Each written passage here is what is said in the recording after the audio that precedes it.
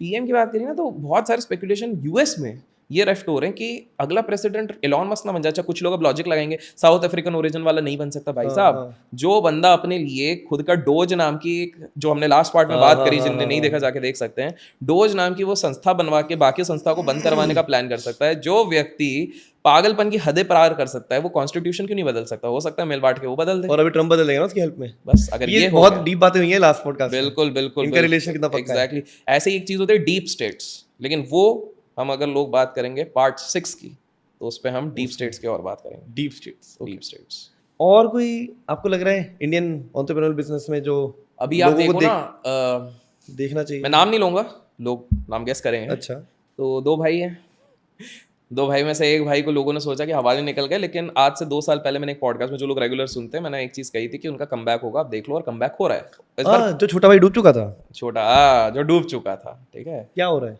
तो बेसिकली क्या हो गया है कि भाई छोटे भाई, जब विभाजन हुआ था 2005 में, हम्म। बेसिकली जो हिंदू सक्सेशन एक्ट होता है, सक्सेशन एक्ट के अकॉर्डिंग उनके पिताजी, दोनों भाइयों के पिताजी प्रॉपर्टी को उस हिसाब से डिवाइड करके नहीं जा पाए थे, तो जिसके चक्कर में बहुत बड़ा बवाल हुआ था। फिर माताजी को बीच में आना पड़ा और माताजी ने डिसाइड किया कि भैया XYZ चीजें इसके पास रहेंगी, XYZ चीजें दूसरे भाई के पास रहेंगी। जो कैपिटल इंटेंसिव चीजें थी, जिसमें डेट बहुत ज्यादा लगेगा लेकिन फ्यूचरिस्टिक थी, एनर्जी हो गया, टेलीकम्युनिकेशन हो गया, वो दिया गया छोटे भाई को, और बाकी पेट्रोकेमिकल्स ये दिए गए बड़े भाई को। और उस पॉइंट पे लोग वाउच कर रहे थे कि छोटा ज्यादा अच्छा कर रहा जीतेगा क्योंकि उसके पास फ्यूचरिस्टिक कंपनीज हाँ। थी। लेकिन एक कॉन्ट्रैक्ट ऐसा बनाया गया था कि एक डिकेड तक दोनों भाई एक दूसरे के बिजनेस में नहीं घुसेंगे। एंटर नहीं दूसरे भाई ने करेंगे वेट किया 2014, 15, 16 का, और और फिर लॉन्च कर दिया। वो जैसे ही खत्म हुआ वो चीज कर दिया, तैयारी चालू थी।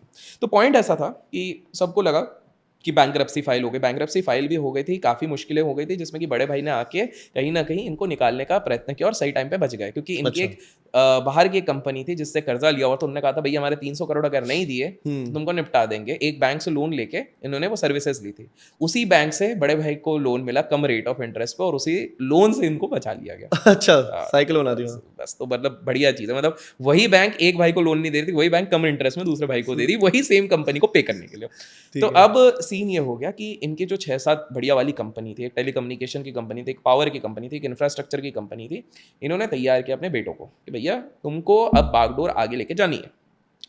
तो बेटों ने देख लिया भैया फ्यूचरिस्टिक क्या है। फ्यूचरिस्टिक दो कंपनियां हैं, एक होता पावर है, क्योंकि पावर का क्रेज आगे चल ही रहा है हर जगह पे, और दूसरा इनका इंफ्रा की एक कंपनी थी।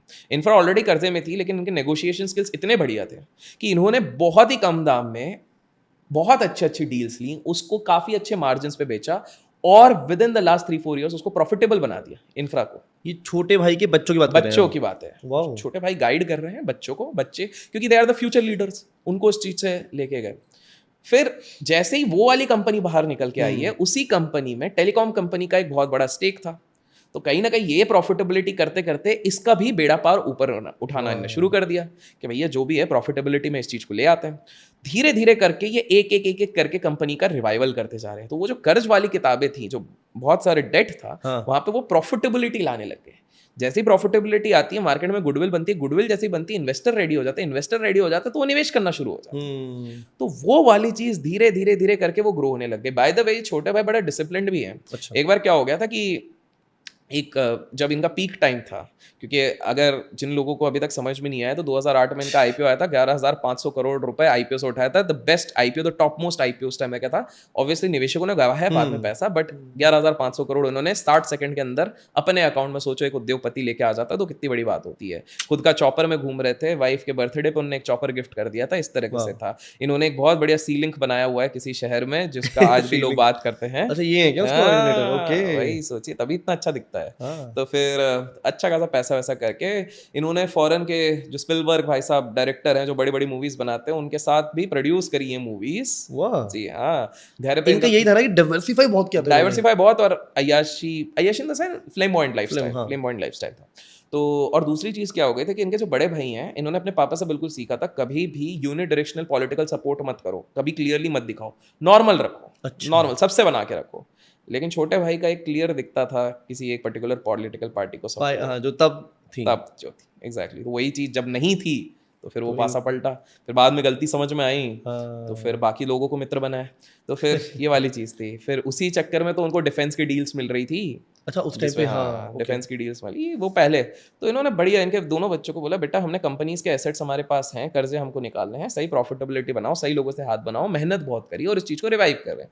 And going ahead I won't be surprise कि आने वाले 5-6 साल में इनकी one of the companies again one of the leading companies हो सकती है। हम इन्हीं टॉप 2-3 लीडिंग फैमिलीज में से एक फैमिली के और बच्चों को देख सकते हैं ऊपर आते हुए। एग्जैक्टली। और पता है गेम में ट्विस्ट क्या आ सकता है? क्या? गेम में ट्विस्ट ये आ सकता है कि छोटा भाई पहले पीछे रह गया रेस में, नहीं मत बोलो। नहीं क्या आ सकता है? ट्विस्ट क्यों आएगा आप ये सोचो, इतने जल्दी नहीं, ये 12-15 साल का देख रहे हैं लेगा, क्योंकि कंपटीशन क्या होगा, बच्चों के बीच में होगा ना। भाई भाई तो रिटायरमेंट लेंगे, रहेंगे नहीं है वो, क्योंकि पता है बड़े भाई की कंपनी में एक चीज़ हो गई थी। बड़े भाई की कंपनी में आज से 1-2 साल पहले जब वो इन्होंने डिसाइड किया कि एक बेटे को हम मेन पोस्ट पे लगा देंगे जिसने सारी चीज़ क्वालिफाई कर ली था, 7 साल का रिकॉर्ड हो गया था, सारी चीज़ें हो गई थी। तो जो HNI इन्वेस्टर्स थे, FIIs थे, उन्होंने बोला कि नहीं भाई ये नहीं चलेगा, हमको अभी ये नहीं चाहिए, एक्सपीरियंस कन्विक्शन यार उस पे। हाँ, तो बेसिकली चाहते तो घर की कंपनी है, वो सब माल डोल करके कर सकते थे, लेकिन स्मार्ट है तो पापा को समझ में आया कि ये बेटों को और तैयार करना पड़ेगा क्योंकि ट्रस्ट नहीं आया है अभी तक, वैल्यू डिग्रेड नहीं कर सकते। तो उन्होंने कहा मैं 5 साल और रहूँगा।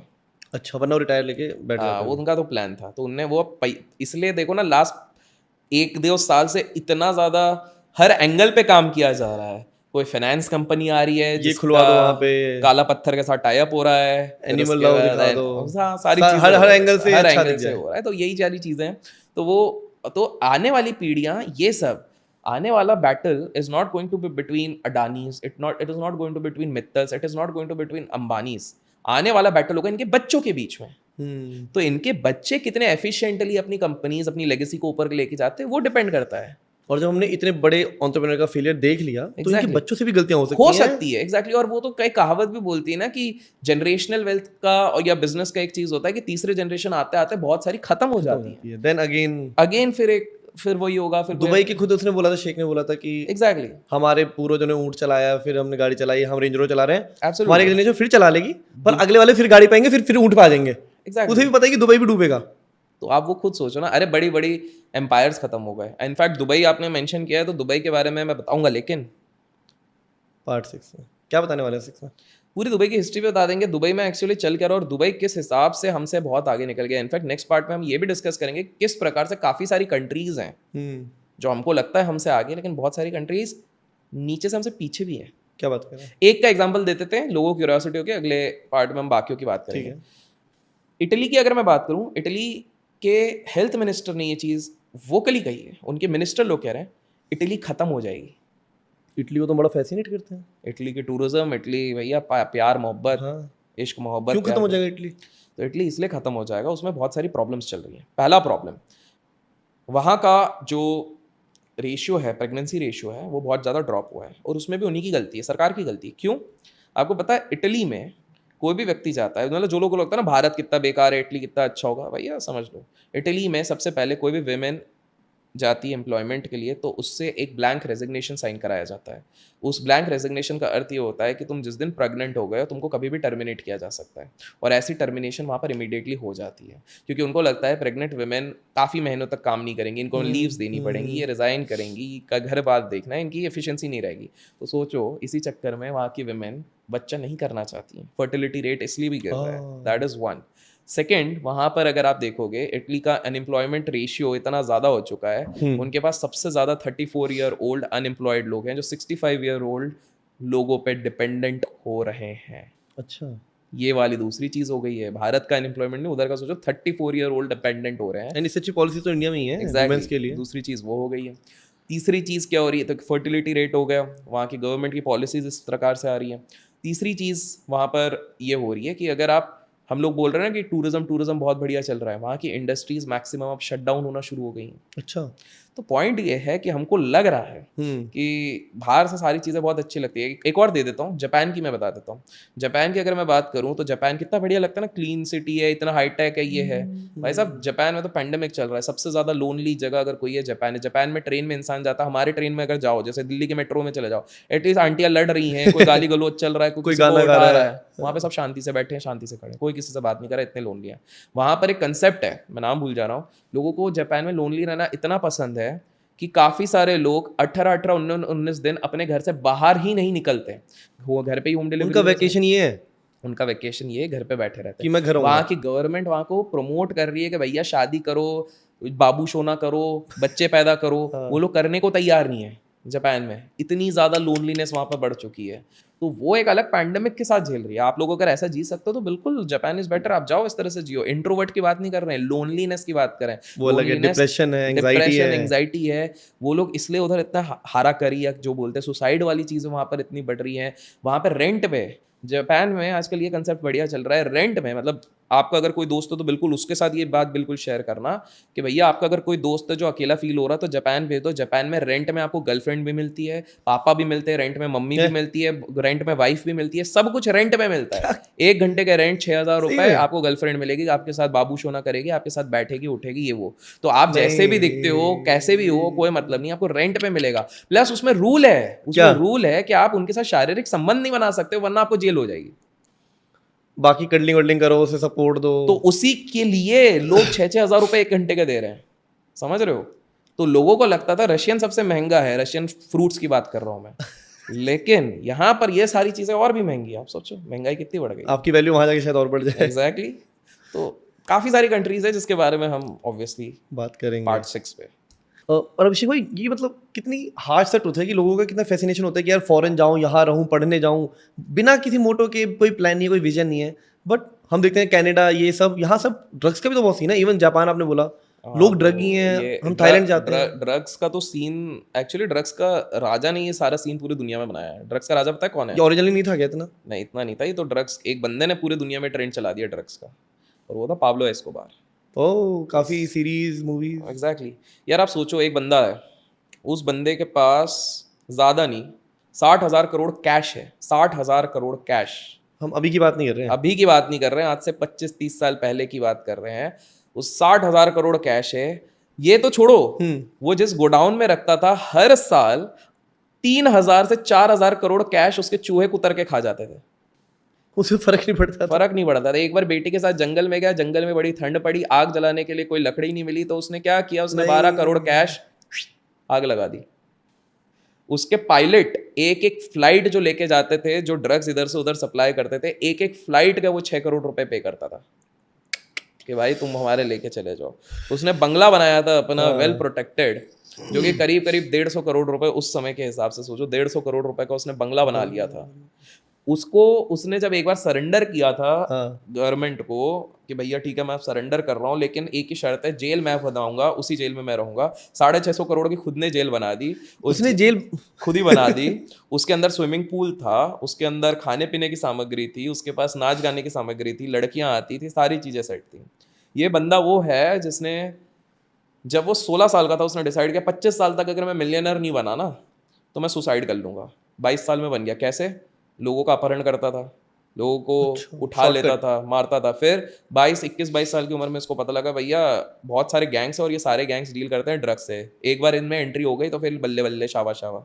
तो भाई साहब ये गए उस चीज़ पे, धीरे धीरे पहले गेम समझा और फिर गैंग के लीडर्स को निपटाना शुरू कर दिया। जिन जिन गैंग के लीडर्स को निपटाया उनके बंदों को बोल दिया बेटा जिंदा रहना तो मेरी गैंग में आ जाओ। ऐसे अपनी गैंग बना ली, सबसे बड़ी गैंग बना ली। भाई उनका जब यॉर्ड जाता है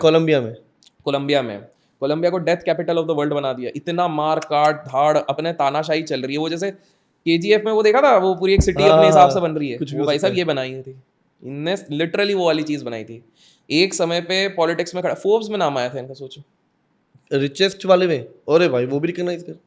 फिर दूसरी चीज है कि एक समय पे ये इतना ज्यादा तानाशाही इनकी चल गई थी, मार काट धाड़ इतनी सारी चीजें चल रही थी कि भाई साहब गवर्नमेंट के बड़े बड़े मिनिस्टर्स को निपटाना शुरू किया था। यहीं पे तो पंगा हो गया था। गवर्नमेंट ने बोला कि भैया ये हाथ से निकल रहा है। अच्छा, अब तक वो भी शांति किया, अब इसको निपटाना पड़ेगा। तो जिस दिन ये निपटने वाला था इनको पता था, ये अपने घर पे अपने बेटे को बताया, अपने घर पे गए, वहां पे बहुत गोलीबारी हुई और फाइनली इनको उड़ाया गया। ऐसा क्या था इसने, मतलब यार ये भी बिजनेस माइंडसेट था क्या इसका? ये भयंकर बिजनेस माइंड था। ये बेसिकली इसका सिंपल सा था, या तो तुम मेरी टीम में हो या तो तुम दुनिया में ही नहीं हो। पहली चीज तो ये थी, ठीक है, तो तुम मेरी टीम में आ जाओ या तो निपटो। Principal। पहली चीज़ वही है, बहुत पहला बढ़िया। प्रिंसिपल पहला प्रिंसिपल इसका ही है था, जैसे वॉरेन बफेट सर के 3 प्रिंसिपल थे, वैसे इनके 3 प्रिंसिपल, या तो तुम मेरी टीम में या तो तुम दुनिया में नहीं। पहला चीज़ ये।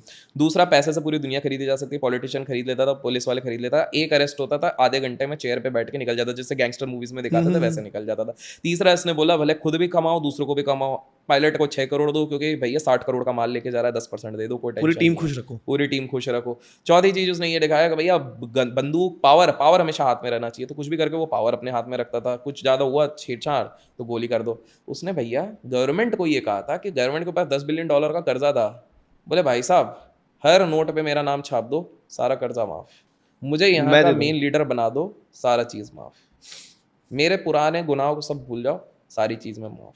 वो इस तरह की कंडीशन रखता था। इसका इन्फ्लुएंस बाहर भी था, बहुत बाकी बहुत कंट्रीज में। बहुत बहुत बहुत। तो ये बेसिकली ड्रग्स हर जगह पे सप्लाई करता था, ओवर द वर्ल्ड करता था। तो कहीं ना कहीं हर देश का प्रोमिनेंट पॉलिटिशियन इनके हाथ की कठपुतली थी।